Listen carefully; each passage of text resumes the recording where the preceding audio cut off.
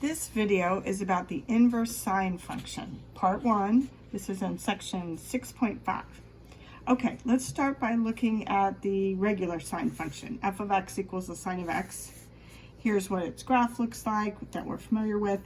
It contains the origin, 0, 0. Going to the right, the first maximum value is at pi over 2, and the y value is 1. If you go to the left, the first minimum value happens at negative pi over 2, and the y-coordinate is negative 1. This is a function. It does pass the vertical line test. All right. Each x value will give you only one y value. However, this is not a one-to-one function. It fails the horizontal line test. If you look at a couple of specific examples, if you look at f of pi over 6 and f of 5 pi over 6. All right, sine of pi over 6 is equal to 1/2, but so is the sine of 5 pi over 6. They're both equal to 1/2. All right, so we have two ordered pairs with the same y-coordinate.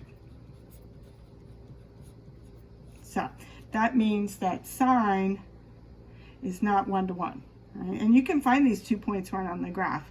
Pi over 6, approximately here, and the y-coordinate is 1/2. And then if you just go over here, this point has the same y-coordinate, and that would be at 5 pi over 6. Okay, so this function, the way it is, does not have an inverse function.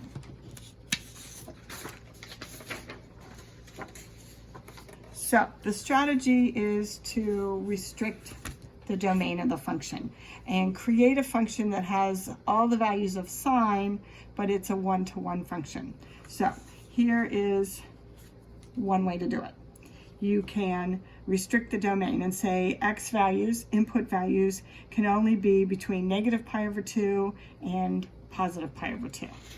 So if you take the graph that we were looking at a minute ago and only use this much of it, this is a version of the sine function. It has all possible sine values.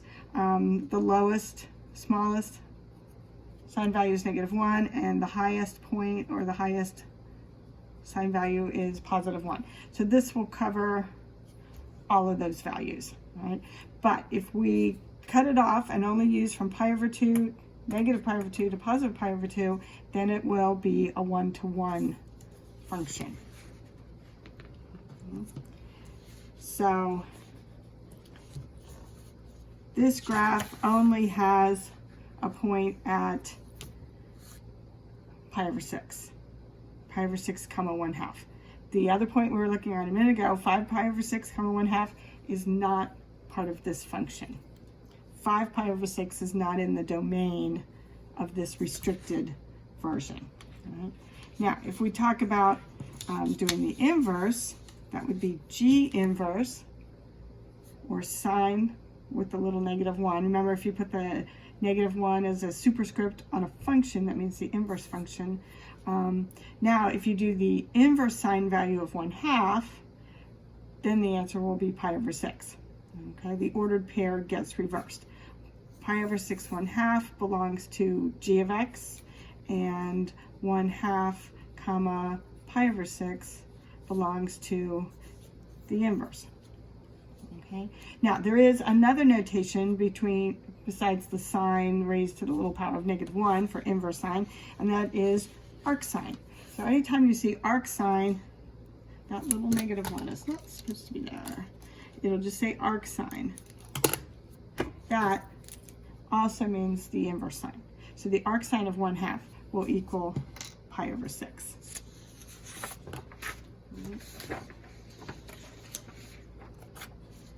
Here is the graph of the inverse sine, or the arc sine function.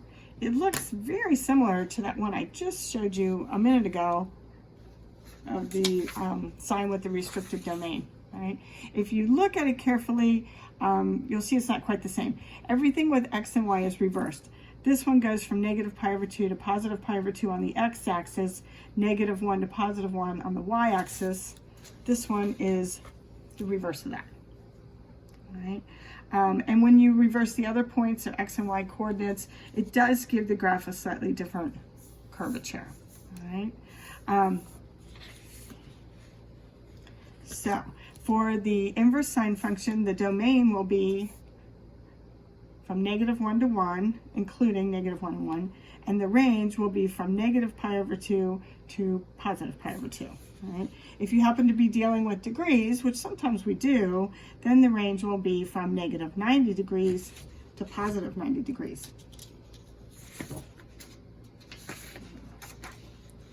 If you're using a calculator, because you're not dealing with special angles or special values, you basically need to choose whether you want to work your problem out with degrees or radians, but the calculator is programmed with all the proper values for the inverse sine.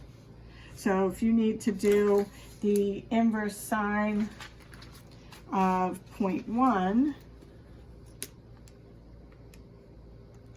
all right, let's say I start off in degrees.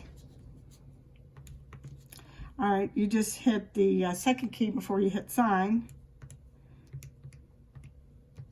And in degrees, it's giving me about 5.7 degrees.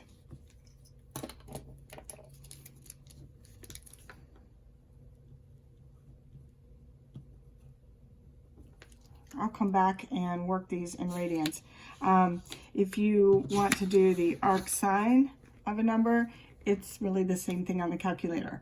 So second and then the sine, and it's -0.6 for this example. And we would get -36.9 degrees approximately.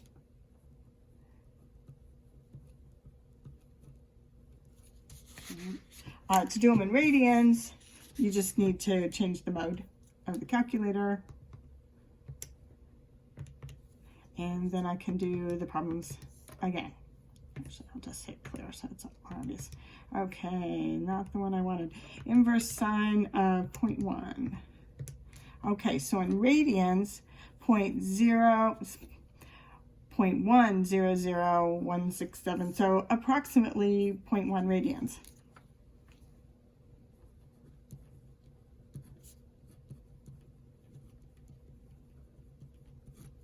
All right.